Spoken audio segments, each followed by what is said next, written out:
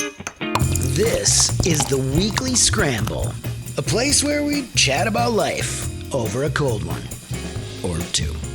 It's time to belly up to the pod with Mike Fratelloni and your host, Chris Reavers. That's right. It's time for the Weekly Scramble podcast. My name is Chris Reavers. With me, as always, his name is Mike Fratelloni. Hello, Michael. How you doing, Reavers? I'm doing good. And normally we don't begin the show with a live ad, but we're going to anyway this time. And we're going to talk about our friends at We Are Nuts and We Are Nuts, MnDot.com. I got to tell you, a guy I follow, he follows me. He's got 1 billion followers on Twitter. His name is Cesario MN. Okay. He tweeted that he stopped in at the Andover Fratelloni's location. Nice. Got himself some We Are Nuts, posted about it, and he's got 10 million followers. I should have sent you the thread. How many followers does he actually have? It's about 20,000. Because I would have paid him to do that. If he's listening to the show right now. Which he does, by the way. I would have paid him to do that. So next time he wastes his time just going into the store for free, why don't you go in the store, get paid, do a little We Are Nuts, do a Find It at Frats for me. You can do it with We Are Nuts. You could have got him free. Well, he's listening to this right now. Who was it again? His Twitter handle is Cicero MN. I think I've met him in person. I'm not sure if I have. Okay. He's a great follow, by the way. Great. He's a really good follow on social media.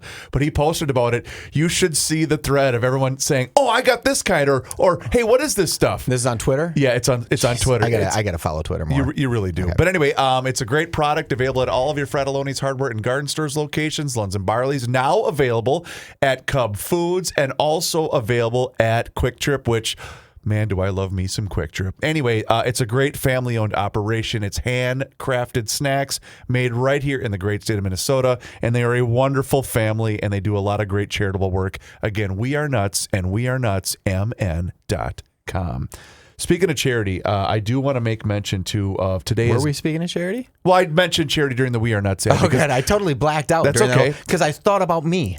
For a while. That's what you should be thinking about. But we want to mention Give to the Max Day here on the Weekly Scramble podcast. And us and Garage Logic, we've partnered with Mike Schoonover and the Schoonover family and the Play for Patrick endeavor that they created years ago. And it's, in the wake of tragedy, they had to bury their 14-year-old son almost 10 years ago when he collapsed on the ice playing hockey. Could you imagine? I can't. And fathom. Every time I hear Mike talk about, I have a 14-year-old, and every time I hear Mike talk about that, it sends chills up my spine. Sure. And in the wake of tragedy, they really have done an amazing job to bring awareness, having heart screenings and things like that.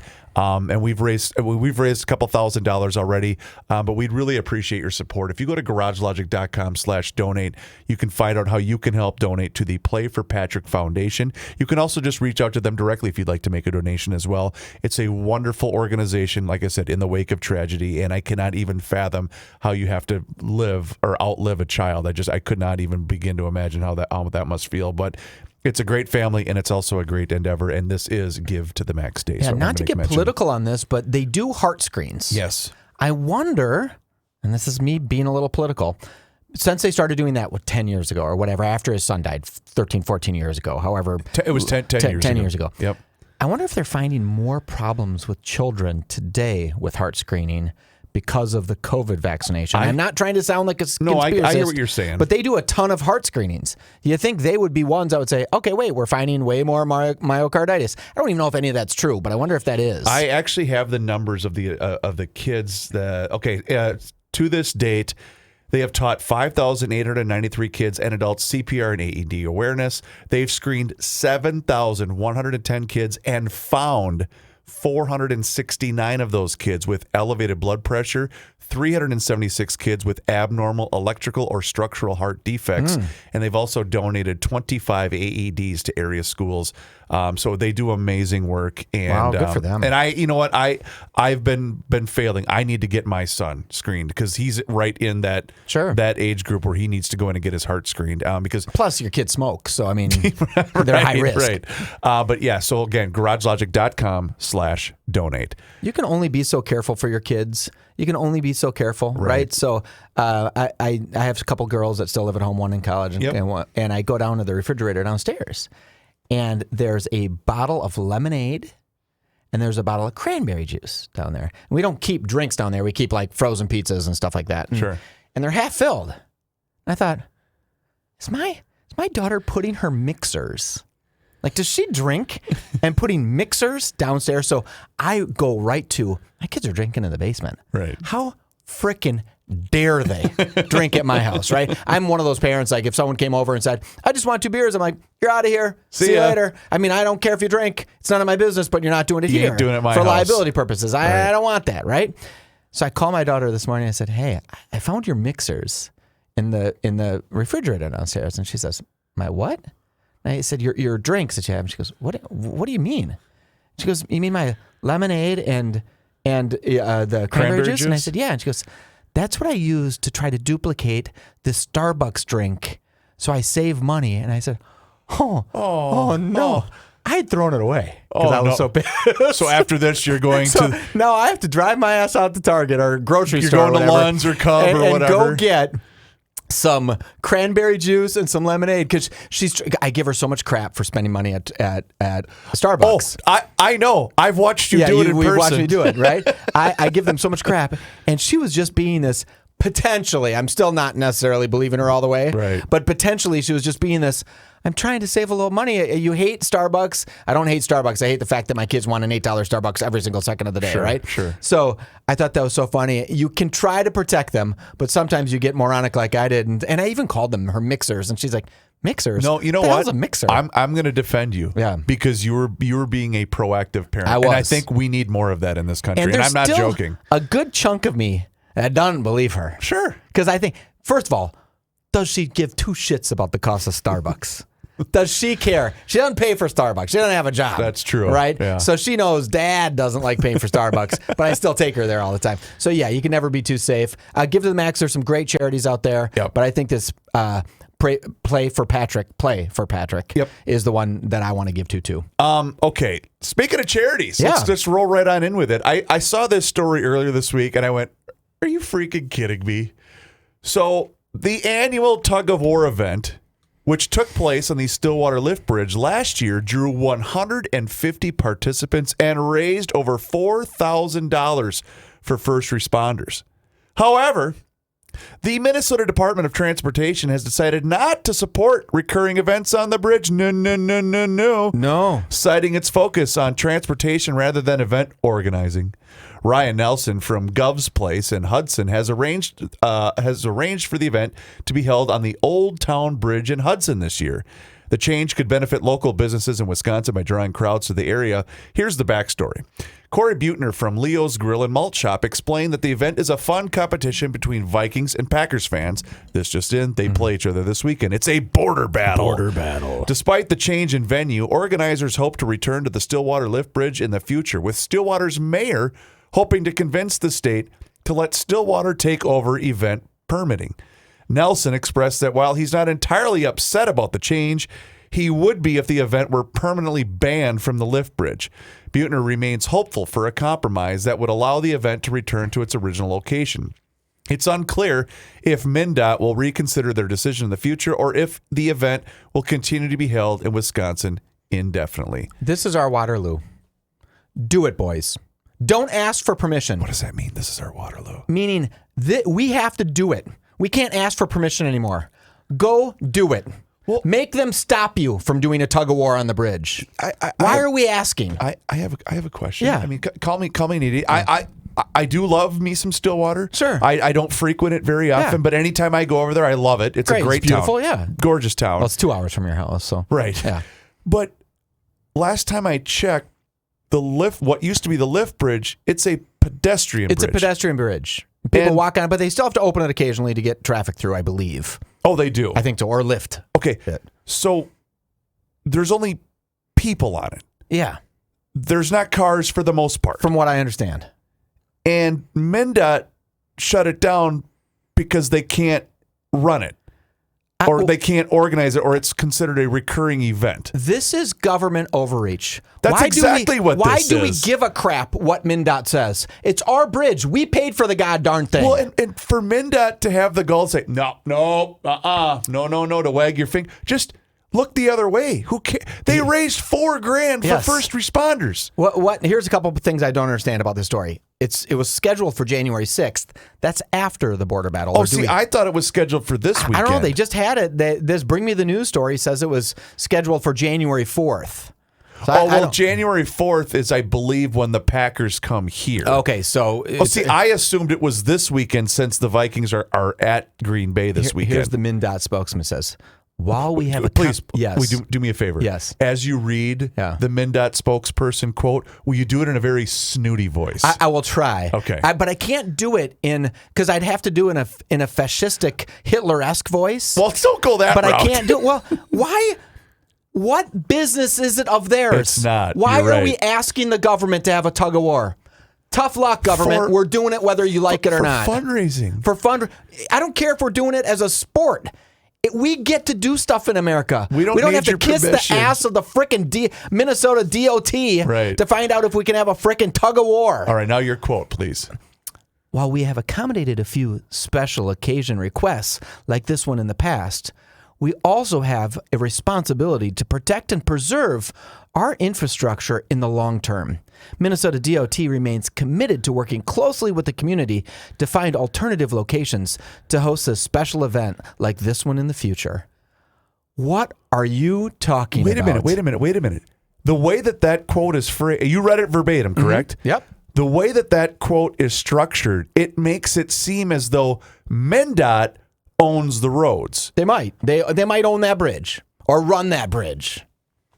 Do they, though? I mean... Do they, though? MnDOT doesn't own anything in reality. Right. MnDOT doesn't own one damn thing. They don't own squat. We own it. Yeah. You, me, taxpayers, the people that work at MnDOT own the bridge. MnDOT doesn't own anything. State of Minnesota doesn't own anything. When roads need repair, it ain't MnDOT, right? Or do they schedule whoever No, MnDOT probably does the repairs, but what kind of repair are you going to need when you get 300 drunk guys, 150 on one side, 150 on another, and have a tug of war? And again, it's a pedestrian bridge. How long does this event last? Maybe an hour? Maybe. Tug of wars can't take that long. Unless there's like 9,000 Karens in Stillwater that complained about it, which I highly doubt, by the way. Stillwater's a pretty accommodating place. There's going to be a bunch of stillbillies. That's what they call them out there. If you're from Stillwater and you've lived in Stillwater your whole life, sweet Jesus, I think it's a really complimentary term, believe it or not, stillbillies, because I think it's like you're a stillbilly. You won't leave Stillwater because Stillwater's such an idyllic place to be. Okay. And I agree with them, by the way. Stillwater is freaking awesome, right?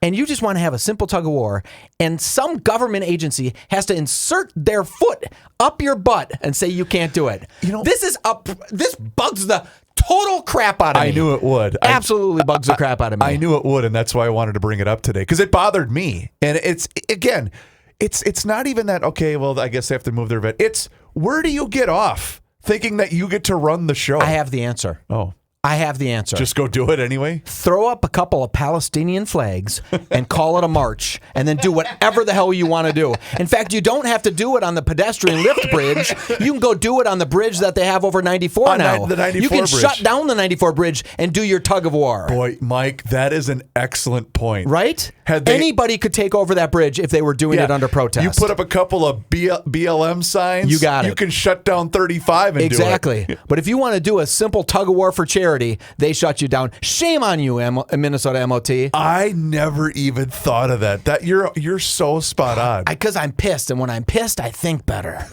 It just drives me nuts. You don't want to see me when I'm angry. You don't even want to see me. My brain works almost like a fourth grader. But that's an excellent point, because all of those are basically impromptu. Yeah, they're not getting permits for that. So you're right. They would have been better off just not even asking them for and they shouldn't have to anyway. You throw a couple of guys on each end of the bridge with a AR-15 over your shoulder. Oh, okay. Now right, and you just dare them, to make you stop. Oh my God! I don't know. I mean, what? I just don't get what government overreach is. Yeah. We have to, at some point in time, say, I don't give a crap what you're telling me. Yeah. I don't care anymore. I can't take it anymore. I'm mad as hell, and I just can't take it. I don't want to take up arms against the aggressor. That's not what I'm saying. I know what you're saying. I do love the fact that you introduced me to stillbillies. I do like that a lot. That's a good line, right? It's not derogatory. I don't believe it's derogatory. Not at all. Yeah. It's a play on hillbilly. Yeah, you're a stillbilly. You love Stillwater One of the greatest nicknames I was ever given in radio. This was early in my run. I was at that other place over there, and someone asked me, where I was from, and I told them Faribault, Minnesota, blah, blah, blah. And this particular person that I'll go nameless said, because I had made some line on the air that was really funny, but it kind of showed my my country redneck roots. He's like, "Oh, you're the Rice County redneck." Oh, there you go. And that was kind of my nickname for a while. That. It was kind of cool. But anyway, all right. His name is Mike Fratelloni. My name is Chris Reavers. This is the Weekly Scramble Podcast, and we will be right back. Let's talk about our friends from North American Banking Company, nabankco.com to learn more. It's banking done differently. And you know what? You get that feeling anytime that you walk into any one of their 6 Twin Cities locations, whether it's Roseville, 50th in France, Woodbury, Hastings, Shoreview, and Maple Grove. They offer all of the same online and mobile banking options, and they know that those are important for everyone these days. And you might think that a community bank would have some versions of these that were last updated back in 2010, but no, not North American Banking Company. They have the same online and mobile banking tools as those other big national banks, and they are so easy and also very convenient to use. You can see it for yourself. It's banking done differently. They are investing in your success since 1998. It's nabankco.com to learn more. It's banking done differently. North American Banking Company, member FDIC, is an equal housing lender. Michael? Yes. You alerted me to this story. I did see a headline, but I didn't read the full story until you sent it to me. But this is an absolute disgrace. Let's head to Florida, shall we? Nothing bad happens in Florida. Democratic Representative Sheila Cherfilus-McCormick. Cherfilus-McCormick of Florida has been indicted by a federal grand jury on charges of stealing $5 million in Federal Emergency Management Agency funds, which she is accused of laundering to support her 2021 congressional campaign. I don't think that's legal, Mike. I think it's not. The indictment was announced by the Justice Department yesterday. The indictment alleges that Cherfilus... Let's just call her McCormick. Cherfilus-McCormick, 46, and her brother, Edwin, 51, received a $5 million overpayment in FEMA funds directed to their family health care company in connection with a contract for COVID-19 vaccination staffing in 2021. Afterwards, she and other co-defendants allegedly conspired to use the overpaid funds to benefit her campaign by routing it through multiple accounts to disguise its source, according to the DOJ. They further are alleged to have arranged a series of straw donors that included their friends and relatives to funnel the COVID-19 contract money in the form of donations to her campaign. Quote, using disaster relief funds for self-enrichment in a particularly selfish, cynical crime, end quote, Attorney General Pam Bondi said in a statement announcing the indictment. No one is above the law. Least of all, powerful people who rob taxpayers for personal gain. We will follow the facts in this case and deliver justice. If convicted, Cherfilus-McCormick faces a maximum sentence of up to 53 years in prison. See you later, alligator. She did not immediately have an attorney listed representing her on their case docket as of Wednesday evening. The federal investigation into her dates back to the Biden administration. Shocker. Multiple current and former administration officials told ABC News the House Ethics Committee said publicly in January of 2025 that it was also investigating her after receiving a referral from Office of Congressional Ethics in September of 2023. She has also announced that she will take leave from her position as ranking member on the Foreign Affairs Subcommittee on the Middle East and North Africa while this matter is ongoing. She's on the Foreign Affairs Subcommittee. That's what we have in Congress. She's a United States representative. She's a member of Congress, and she stole $5 million from a stupid, unbelievably dopey FEMA overpayment. Think of that, Reavers. If you go back to the genesis of this story in 2021, how bad are you that you overpay this person's medical company that's doing nasal swabs for COVID vaccines or whatever it is, you overpay them by $5 million. That just says we have so much money in this country, we're able to be so wasteful and stupid with it that we let potentially fine people make horrible life choices so they go to jail for the rest of their frickin' lives. You know, I know that there are people who either listen to this show, listen to Garage Logic, and they have things that they really dislike about President Trump. And there are things that I don't necessarily agree with as well. And there are times where I say, that probably was a bit unnecessary. But the thing is, when you get down to the nitty-gritty of it, none of this stuff would be exposed if he wasn't in office. When the government shutdown happened, we saw all of the different things that have been exposed. Point. When you saw the amount of money we're spending on SNAP, and stop emailing me about, people need it. I get that people need it, but this is such a crime-ridden bamboozle with that. And then now let's get more for the people who need it. Well, that's just it. And then you see things like this, and you're thinking to yourself, well, wait a minute here. You've got people that are legitimately struggling in this country right now that are trying to do the right thing. They're trying to go to work every day. Yeah. They're trying to feed their family. They're trying to get their kids through school. They're trying to have looking forward to how can we piece together a holiday season and make these memories for our kids. There are people that are legit struggling right now, and I get that. And then you see this, and you're thinking, you took this money from these people that are working, that are making an honest day's work, from all making of us. an honest paycheck, and you're stealing that from all of us so that you. Now I'm going to get worked up. Her accountant's going to go to jail. Her friends, her chief of staff's going to go to jail. Her friends and family are going to go to jail. Her brother's going to go to jail, and she's going to go to jail. Allegedly they did this. Obviously, they tracked down all these numbers. You say allegedly, but this is a problem.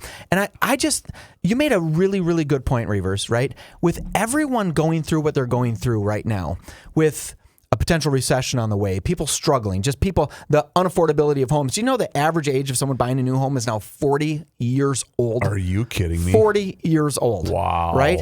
And there's a lot of factors for that, but you get this arrogance of this political left and right that think they're above the law and they're willing to steal $5 million to hold on to that political power.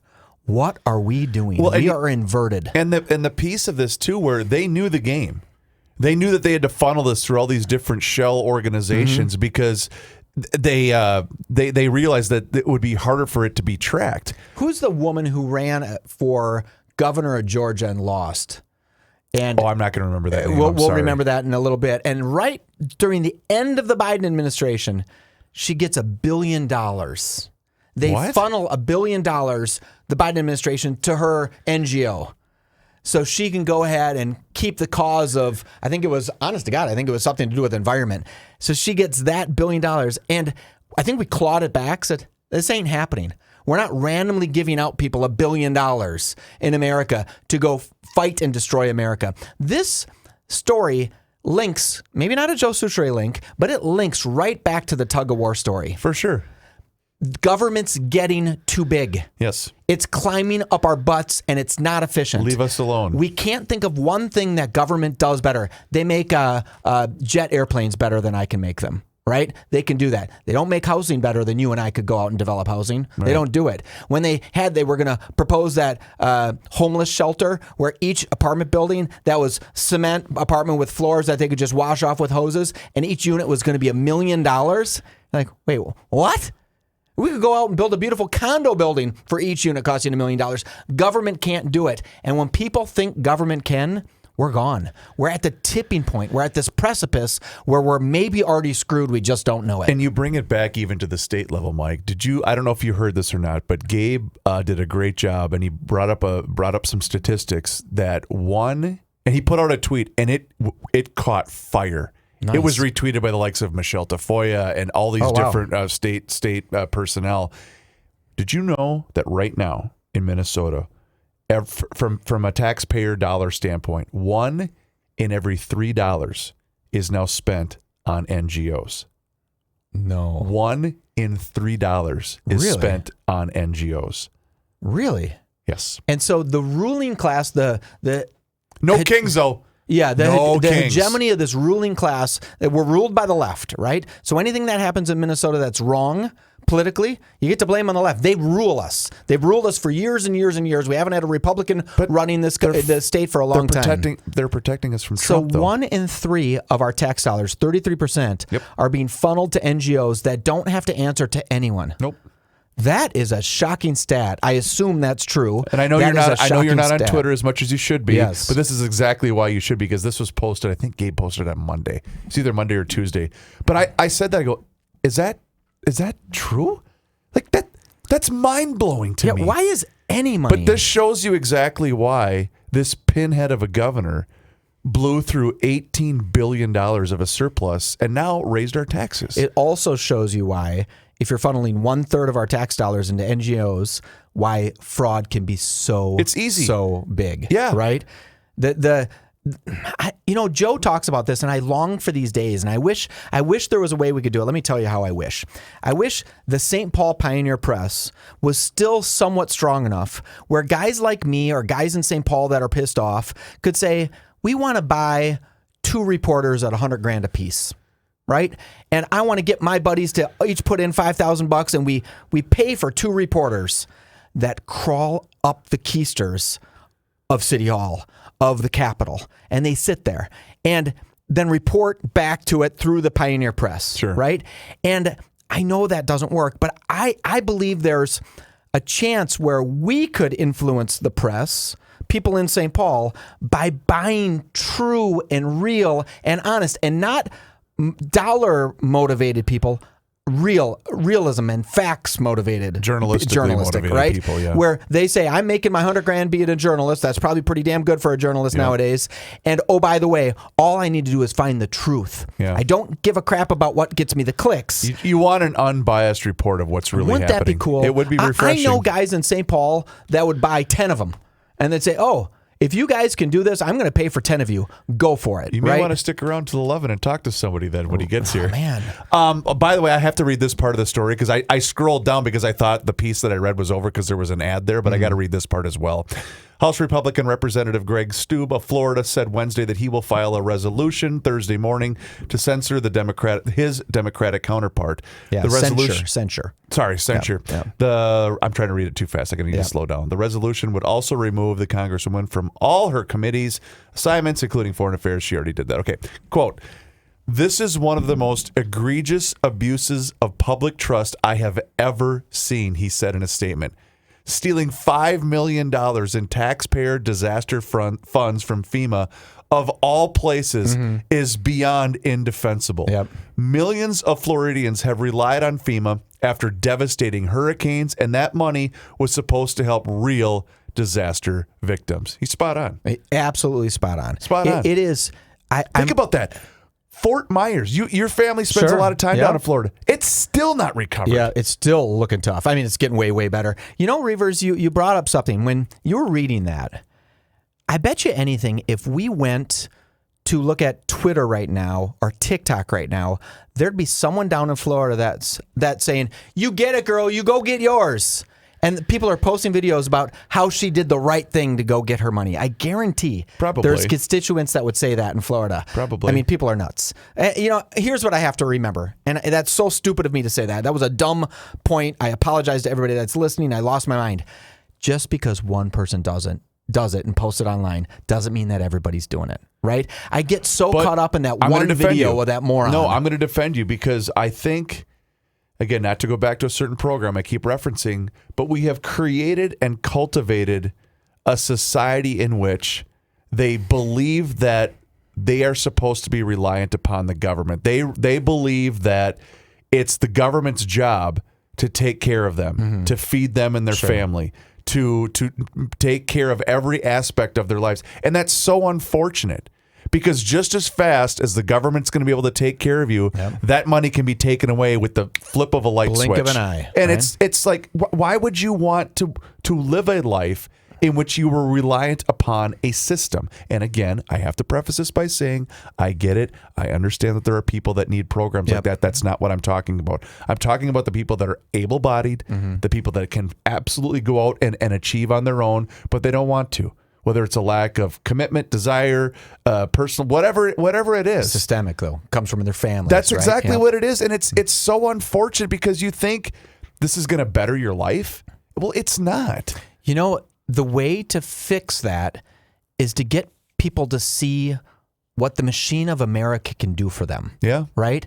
If they jump into the workforce, if they start to experience some success, if they go to a college and have to take out loans or get grants or whatever, we pay for their college, and they get a degree in something that makes them some money, and they have a chance to better themselves, and they turn to their kid and say, I'm sorry, kid, you're going to have to work for that Starbucks, instead of like what I do and just say, yeah, go ahead and use my credit card, right? Use my mixer. Use my mixers. and they start to get people to feel the worth of work. There's something to it, Reavers. You know, I told... this is a little inside information. Go right? ahead. I feel like I'm mildly depressed right now. Oh, I'm right? sorry. So do you. So don't pretend you don't feel that way too. So does everybody I know, right? Darkness, right? It's dark outside. I'm getting tired much too early in the day, right? It's that seasonal thing that's kicking in. Yeah. Mired in discontent slightly, right? And then I go back, and I used to give every day of my life a grade. At the end of the day, I'd kind of say, that was a B day, a C day. And so I had a day about 9 months ago where I worked super hard. I got home, ate dinner, we grilled out at my house instead of going out to. I go out to dinner almost every day. It's so stupid and worthless, and I'm just a chump for doing it. I could just spend 1 minute making a meal, and I just don't do it. It's disgusting. It's sloth-like. It's gluttonous. It's dumb. That's how dumb I am. But I do it every day. Yeah. Breakfast, lunch, and dinner. We made dinner at home. I went out. I had to go get some work done at night. I drove over to this guy's house, dropped some stuff off. By the end of the day, I got home. I laid down, and I was tired. And I said, this was one of my best days. This was an A. Nice. I wasn't tired because I was laying my ass on the couch watching TV for 5 hours. I was tired because I got so much accomplished. Yeah. Spent time with the family, worked, got 10 things checked off my to-do list. I don't think everyone, including me, experiences that. And if you don't experience that, how can you want it more and more and more? Spot on. Yep. If your life is resting, if your life is struggling, if your life is beating down, how do you get out of it? Yep. It's very, very... I don't blame them, by the way. Right. By the way, I don't blame anybody. If you have 4 kids and you're sitting there on welfare just getting from the government, I don't blame you at all. That's probably exactly what I'd be doing. There's better life than that, though. There's a better life than that. His name is Mike Fratelloni. My name is Chris Reavers. This is the Weekly Scramble Podcast, and we will be right back. I want to make mention of our friends at Masters Maples and mastersmaples.com. Ladies and gentlemen, now is the time. If you have not discovered the best 100% pure maple syrup that Minnesota has to offer, it makes a wonderful holiday gift. Gift yourself. Totally does. And you can get it at all of your Fratelloni's Hardware and Garden Stores locations, but you can also find it online at mastersmaples.com. It's a wonderful, wonderful product. And you know what? It's not just maple syrup, even though that is the best. There is also the pure, because you guys are going to be doing a lot of baking right now. A lot of baking. Between now and the end of the year. They've got the best pure maple sugar right now at mastersmaples.com, but also the seasonings, the savory and the sweet seasonings and rubs are available online at mastersmaples.com. I can't tell you how wonderful it is. In fact, I think I'm actually going to ask Ben. I'm going to use the savory on because I'm making the turkey this year. Oh, you are? Okay. I'm 100% going to use the savory on because it's good on everything. You can put it on the smoker? Well, are you going to do one of those deep fried turkeys? I think I might try to do the smoker, but I'm wondering, is that going to dry it out too much for the bird?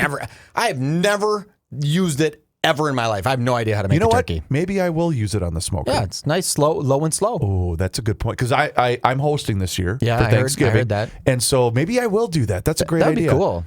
And then I could just leave it out there, free up the oven. The problem I heard, it's going to be like 25. Yeah, it is supposed to be chilly. It's supposed to be real cold. It's not this beautiful weather that we're experiencing right now. But you can also, I said... another idea with Masters Maple.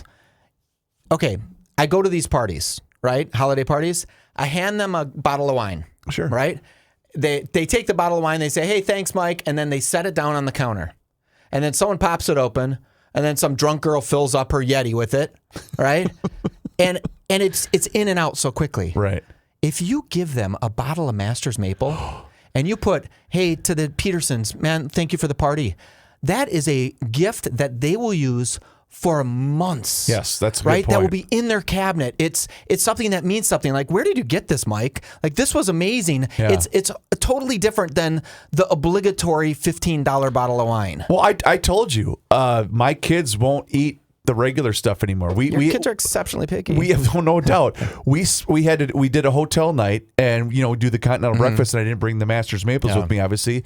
And my youngest made waffles because he loves waffles, and he put it on. He goes, Dad, the syrup isn't as good as Then this did he stuff just at home. whip it on the floor? Just a red rage I'm moment? done with this Why crap. are you taking me to these crappy Super 8s? Anyway, you can check it out at mastersmaples.com and taste the difference. All right.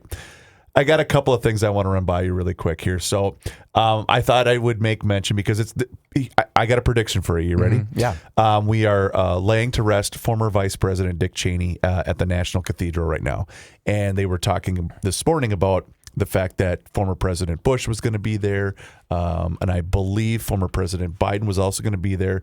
And of course, the national outlet that I was watching said President Trump will not be in attendance. Neither will Vice President Vance. And I said, well, okay, you can frame it that way, but they weren't invited.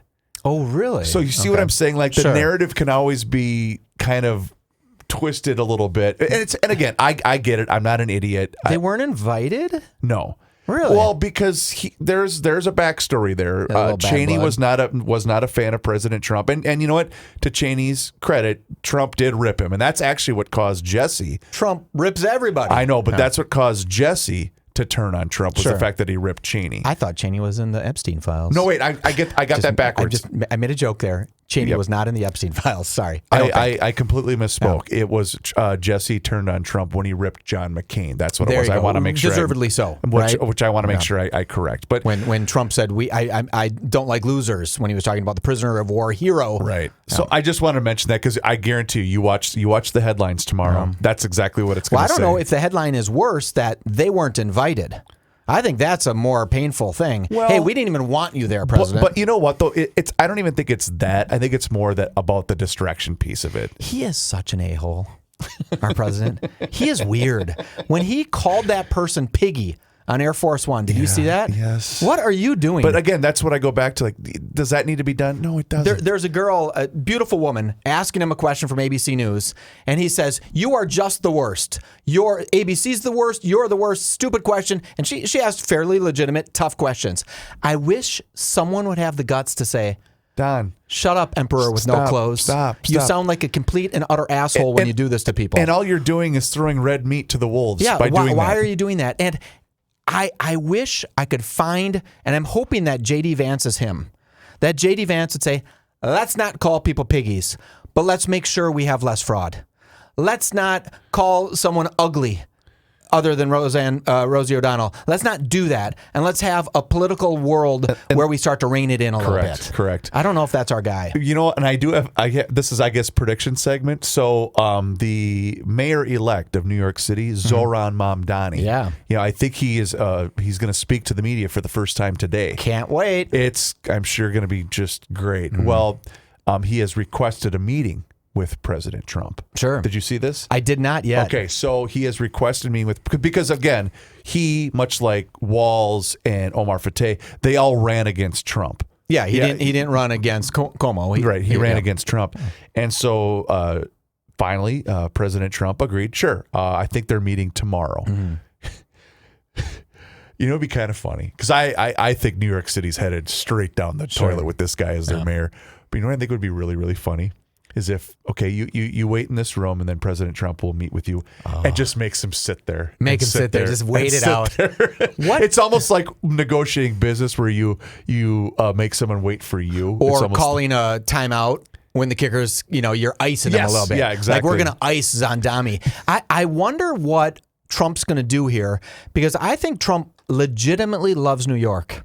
Oh, for sure. He loves New York, and Yeah. he wants the best for New York. He also, since someone's on his other side, outside of him, and hate him, he would like to see New York burned to the ground because he'd say, you didn't follow the Trump way.